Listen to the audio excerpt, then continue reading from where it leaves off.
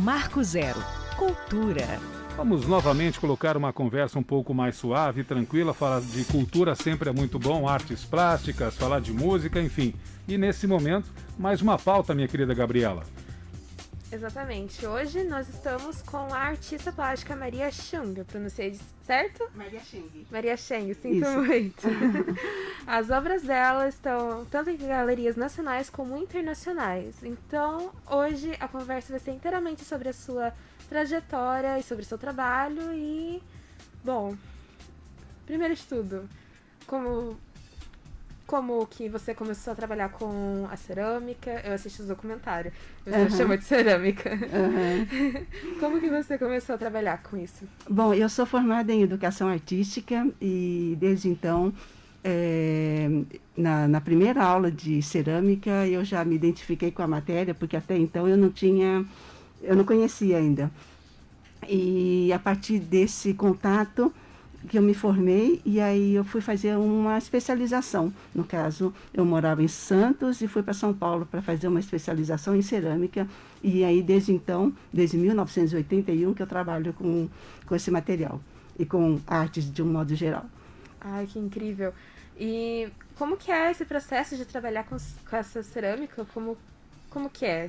Eu vi aqui O no que documentário. envolve nesse seu trabalho? O que é preciso para moldar a cerâmica e transformá-la nesse material aí que encanta todos que veem seu trabalho?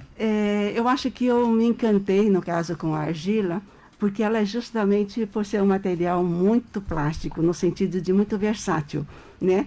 Você pode moldar o que você quiser. E é muito mais fácil também de trabalhar, porque, por exemplo, se você vai fazer uma escultura em madeira e você errou por algum motivo, você não consegue, você tirou um pedaço da madeira, você já não consegue, a não ser que você cole, né? Mas na argila não, se você retira, se você quer colocar de volta, ele tem essa possibilidade. Então o processo, ele dá margens maiores de criação e de por acaso tiver erros também, ele dá a possibilidade de você reverter. E no meu caso, o meu processo, no caso, vamos falar no processo criativo, ele acontece de maneiras diferentes conforme a obra.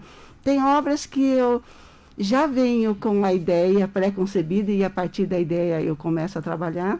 E às vezes é o contrário, eu começo a trabalhar e o barro que às vezes vai me dar o caminho.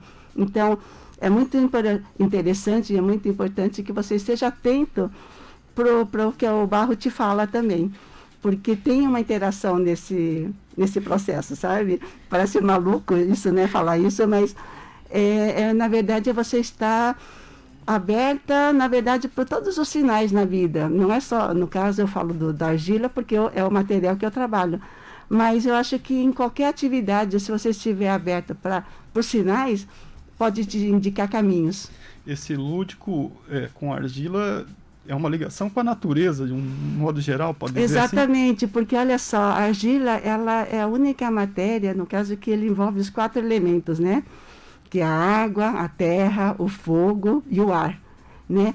Então, e além, como ela é terra, ela tem energia também, né? Então, essa troca de energia entre o artista e o material que está trabalhando também é muito prazeroso nesse sentido, né? De você estar se equilibrando, né? Que nem as pessoas falam, nossa, eu preciso pisar no chão para me sentir aliviada de alguma forma. Então, acho que a argila tem esse poder também, né? No caso, quem trabalha com cerâmica tem essa sorte, né? No caso de estar sempre trocando essa energia com a matéria-prima. E a inspiração assim de cada obra, por exemplo, quando você já vai coletar argila, começar o processo, já tem alguma coisa na cabeça? Ou no decorrer da transformação da argila, fala, não, vou mudar, vou fazer outra coisa. Como é que é essa imaginação do artista? Então, acontece de várias formas, sabe? Às vezes eu estou no supermercado e vejo uma disposição de alguma coisa e falo, nossa, isso aqui pode ser, essa disposição pode ser um trabalho. Por exemplo, eu recebi um prêmio, isso em 97, eu acho, com um trabalho que são pés de cerâmica dentro de caixas de tomate. E isso daí foi um acaso, no caso que eu recebi os pés, porque tem um ceramista que me ajuda a produzir, reproduzir, né, no caso, e ele não tinha onde armazenar esses pés, me entregou em caixas de tomate. Quando eu recebi aquele material, eu falei assim, olha, aqui já tem um trabalho, porque eu falo de mulheres, né, com esse trabalho dos pés, e que de repente eu falo que é a mulher, no caso, como mercadoria dentro de caixas dispostas, né? E então é aquela coisa, estar atenta para alguma coisa e que aquilo que você enxerga, se te traz alguma relação com o que você está pensando, a gente acaba assumindo. Então é muito relativo, não tem um... É do momento. Não da tem, situação. não tem um processo, você olha, começa no A, depois no B e C, não tem essa coisa. E o emocional do artista também influencia, por exemplo, o momento de pandemia, o tipo de criação é outro, porque hoje as pessoas estão mais tensas. Com certeza, eu acho que tudo reflete no trabalho. O que acontece muito, às vezes, na arte, é que nem o próprio artista tem consciência do que ele colocou na obra. Só depois, às vezes, pode perceber na hora, depois que acaba o trabalho. Ou então, tem trabalhos meus que depois de 10 anos que eu percebi, olha, isso aqui que eu fiz, naquele momento representa isso, sabe, assim. E só depois de tempo que consegue compreender o próprio trabalho. Então, também é relativo isso. Como se fosse uma ressignificação dos seus trabalhos. Exatamente. E ainda, falando sobre os seus trabalhos, eu vi no seu documentário que você fez aquela série de autoconhecimento e eu gostaria muito que você falasse um pouco sobre ela. Eu achei uma ideia muito interessante. Então, essa obra se chama Fósseis de Mim, Arqueóloga de Mim Mesma. Porque como eu cheguei no Brasil com 7 anos de idade, e quando eu cheguei, eu tive que negar. A senhora de que origem? Chinesa. Chinesa. Isso. E com 7 anos eu cheguei no Brasil e eu tive que negar a minha cultura para ser aceita na nova sociedade. Então, aí quando eu me torno artista, já madura, no caso, eu tenho segurança de voltar, resgatar as minhas raízes. E eu acredito que toda obra do artista é verdadeira quando é de dentro. Então, eu precisava me reconhecer, me descobrir de novo. Quem sou eu, né, nesse período todo que eu vivi no Brasil, negando a minha cultura, mas quem eu sou? Eu sou brasileira, eu sou chinesa, eu sou naturalizada, então, que identidade eu tenho? Então, aí foi uma busca de autoconhecimento, no caso nesse trabalho, foi nesse sentido, de buscar eu mesma e me conhecer, para poder fazer uma arte verdadeira. Eu adorei todas as artes que você expôs no documentário, eu achei muito interessante. Muito obrigada. E aí, no caso, deixa eu só completar, que eu acho que é divertido, né, que eu levo para o lado divertido da coisa. Então, é como se eu fosse arqueóloga de mim mesma, porque aquela série, eu fiz fósseis das minhas coisas. Então, é como se eu fosse arqueóloga e tivesse encontrado os meus fósseis e eu me estudando. Então, são essas... E como é que foi esse reencontro? Olha, é muito significativo, né? Porque eu descobri muitas coisas, culturas que eu não sabia o significado de muitas coisas, né?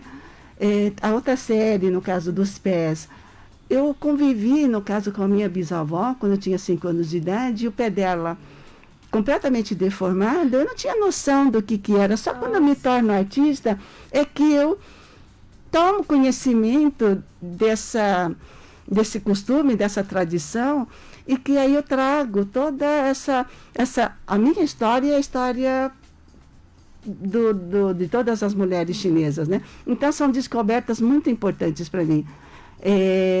Eu acho que mais importante do que a obra, para mim, nesse sentido, é realmente o meu autoconhecimento, a busca de eu retomar para minhas raízes mesmo e me conhecer. Ainda não me conheço, tenho muito ainda que me conhecer, mas estou a caminho disso. E eu acho que a gente, pelo menos eu espero que a gente se torne pessoas melhores. Assim eu espero. Com certeza. Você pode explicar pra gente como que era essa tradição dos pés deformados?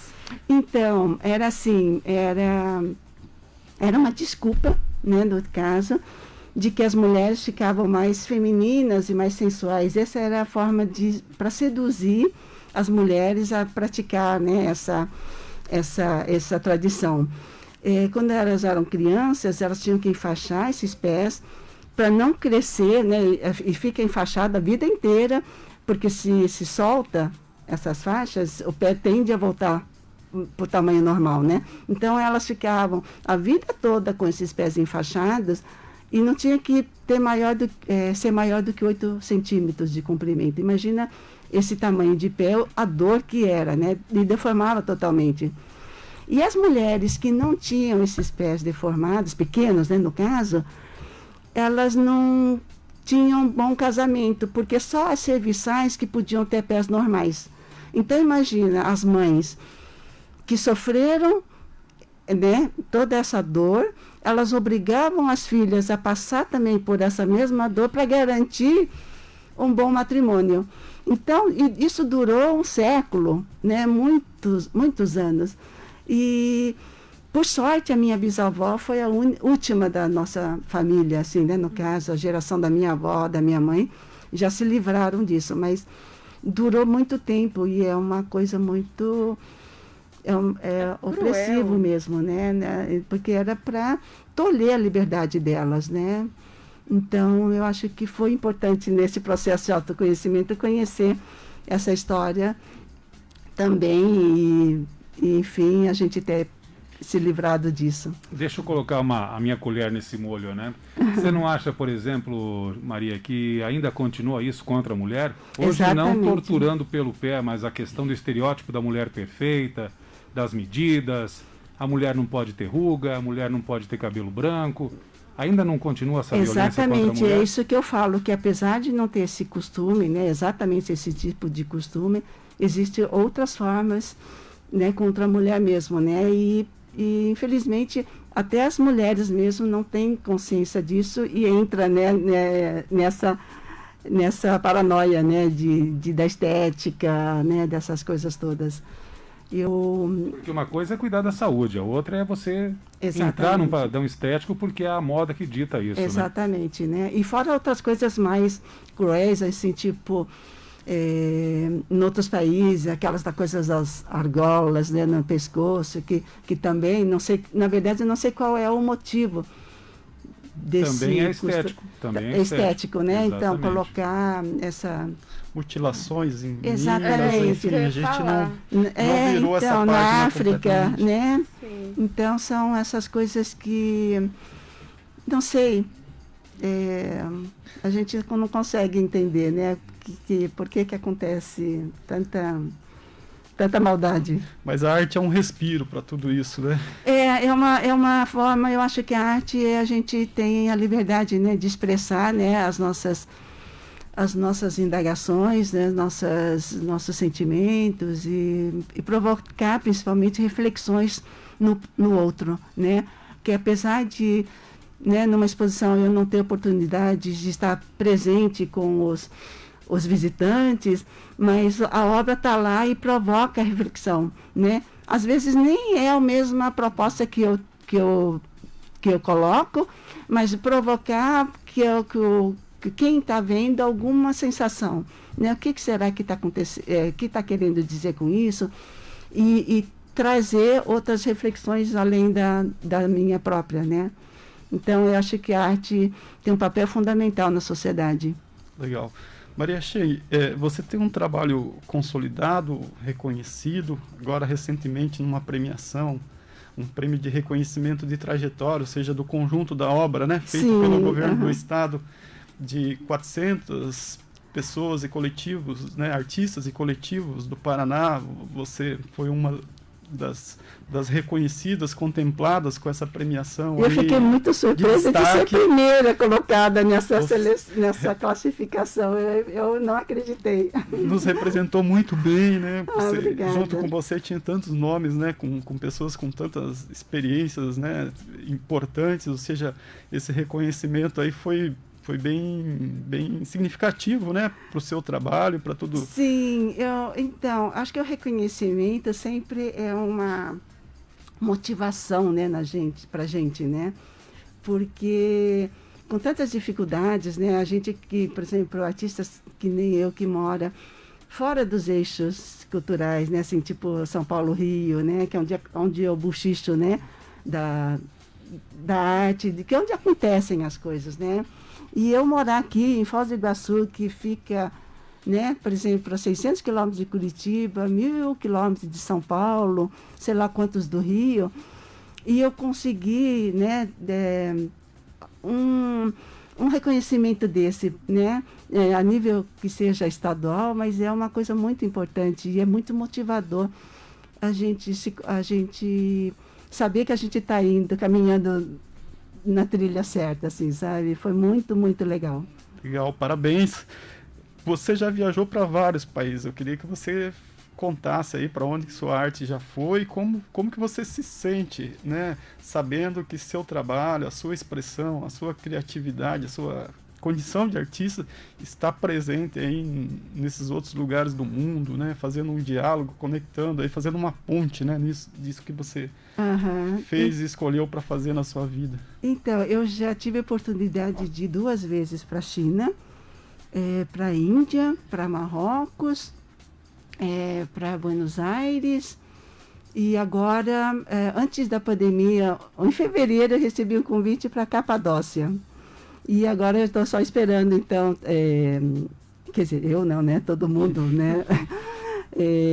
Acho que normalizar, né, isso, e aí acho que o próximo evento vai ser lá, mas eu acredito que vai ser, acho que esse ano acho que ainda não, né, porque do jeito ainda, né, que está ainda, a vacina ainda está devagar, mas eu acredito que ano que vem estou bem ansiosa. Mas a primeira experiência, no caso, que eu tive internacional foi na China. E como o meu trabalho tem a ver com esse meu resgate de mim mesma, resgate cultural, eu tinha um sonho muito antigo de voltar para a China, especialmente para a China, porque é minha pátria, como artista. Então, em 2013 ou 16, aí já não me lembro, muita coisa, acho que foi 16. 2016 eu tive o convite para fazer uma residência artística na China e eu fiquei 40 dias, porque a residência artística é o seguinte, o artista é convidado para produzir a obra lá, né, por isso que então fiquei 40 dias, e a obra desenvolvida lá acontece a exposição. Então eu tive a honra de produzir a minha obra nesses 40 dias lá, e inaugurar um museu maravilhoso com a minha participação. Eram 52 artistas e que a gente inaugurou um museu maravilhoso. Isso é na cidade de Liling. Então, foi muito, muito emocionante. Eu fui daqui chorando, literalmente chorando de emoção. E eu voltei chorando a viagem inteira, de mais emoção ainda de ter conseguido realizar essa obra e ter conseguido deixar 3 obras grandes lá nesse museu, e que deu tudo certo, foi super reconhecido também, foi muito bom. Então, eu voltei literalmente chorando, a pessoa que estava sentada do meu lado não acreditava, o que é essa daí, o que está acontecendo, né? Eu chorando literalmente. E eu voltei para Foz, acho que fiquei 1 mês ainda chorando, assim. Alguém comentava, eu soube que você foi para a China, como foi? E já chorava de novo. Mas era choro de felicidade, de emoção, sabe, de ter conseguido realizar um sonho. Foi muito, muito bacana. E aí, depois disso, as coisas foram acontecendo lá na China, então já me convidaram para ir para a Índia, da Índia me convidaram para ir para Buenos Aires me convidaram para Marrocos já me convidaram agora para Capadócia, então as coisas vão acontecendo naturalmente. Eu acho que isso. E o Brasil, nesse contexto todo, nesse coração chinês, fica como? Em que sentido? Dividido? Olha, você sabe que eu me sinto mais brasileira do que chinesa. Porque a maior parte da minha vida eu morei aqui, né? Porque eu saí da China com 7 anos de idade. né?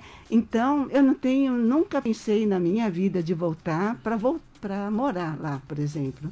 Mesmo porque eu falo mal e porcamente o chinês. Eu tenho, o meu chinês o meu vocabulário... De turista. De turismo, sim. Eu tenho vontade de voltar sempre, como artista. Não, o vocabulário é aquele de turista um pouco mais pelas suas ascendências. De 7 anos de idade. Parei lá. É o vocabulário de que tem 7 anos de idade.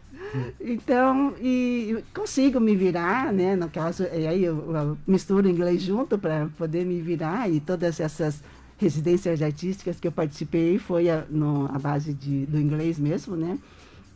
Mas o Brasil é a minha terra agora, sabe? Apesar da China ser a minha terra natal, mas eu não tenho vontade de voltar para morar, não.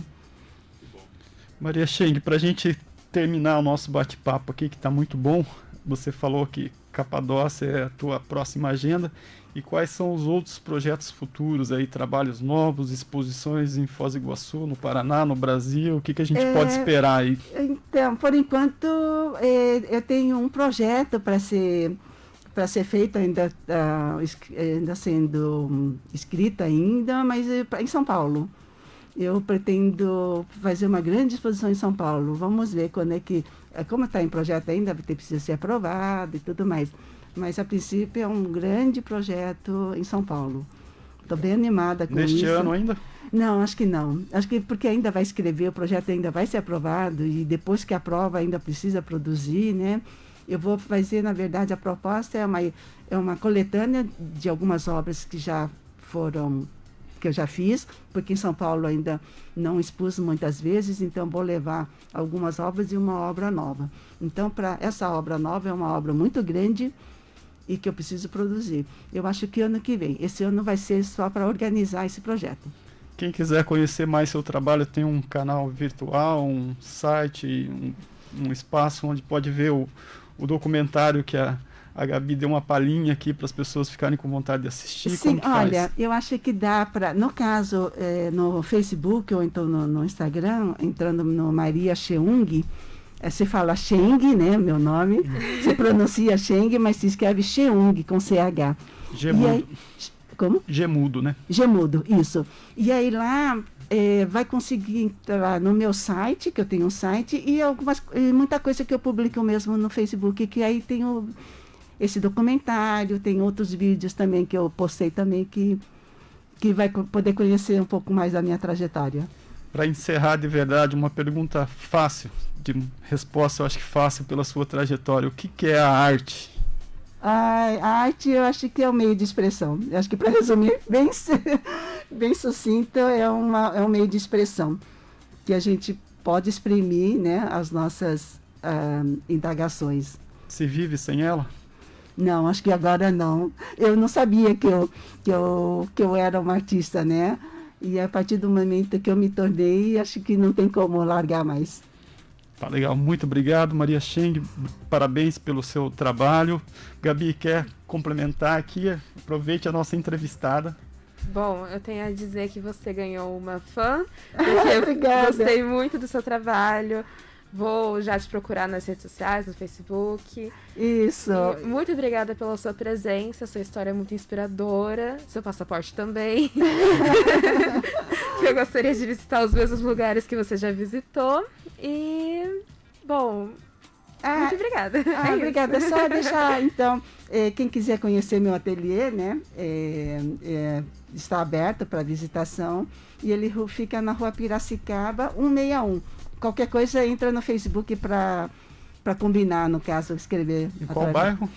Jardim Lancaster. Então tá aí a dica, as redes sociais, o ateliê no Jardim Lancaster. Moacir, é contigo. Exatamente, mais uma vez agradecer, né, a Maria por esse compartilhamento de tanta coisa boa, de tanta energia positiva, e que você tenha sucesso lá na Capadócia. Vai andar de balão ou não? Claro. Já andou de balão na vida? Nunca. Não tem medo de altura, Maria? É muito alto. Eu acho que não, porque me parece ser uma coisa tão linda, né, que eu vou deixar o medo de lado. e vou me aventurar nisso. Exatamente. Então, sucesso para você lá na Capadócia. Muito obrigada. Para o nosso ouvinte que não sabe, é uma tradição lá, né, do pessoal andar de balão. Não sei se é voar de balão. Andar não dá, né, Paulinho? Voa de balão, né? Boa pergunta. Você pode andar dentro do cesto do balão, mas você andar com o balão, acho Mas a não aí ser você que... vai dar 2 passinhos dentro né? do Ou cesto. você coloca o balão nas costas também, né? E vai andando com o balão. Tem isso. Dei um perigoso. balão, falando de balão, no fim do Marco Zero. Será que vai ser assim o nosso 21 ou não? Tá com cara De balão. de balão. Muito bem. Maria, mais uma vez, sucesso para você, muita saúde, muita paz. Marco Zero, onde tudo começa.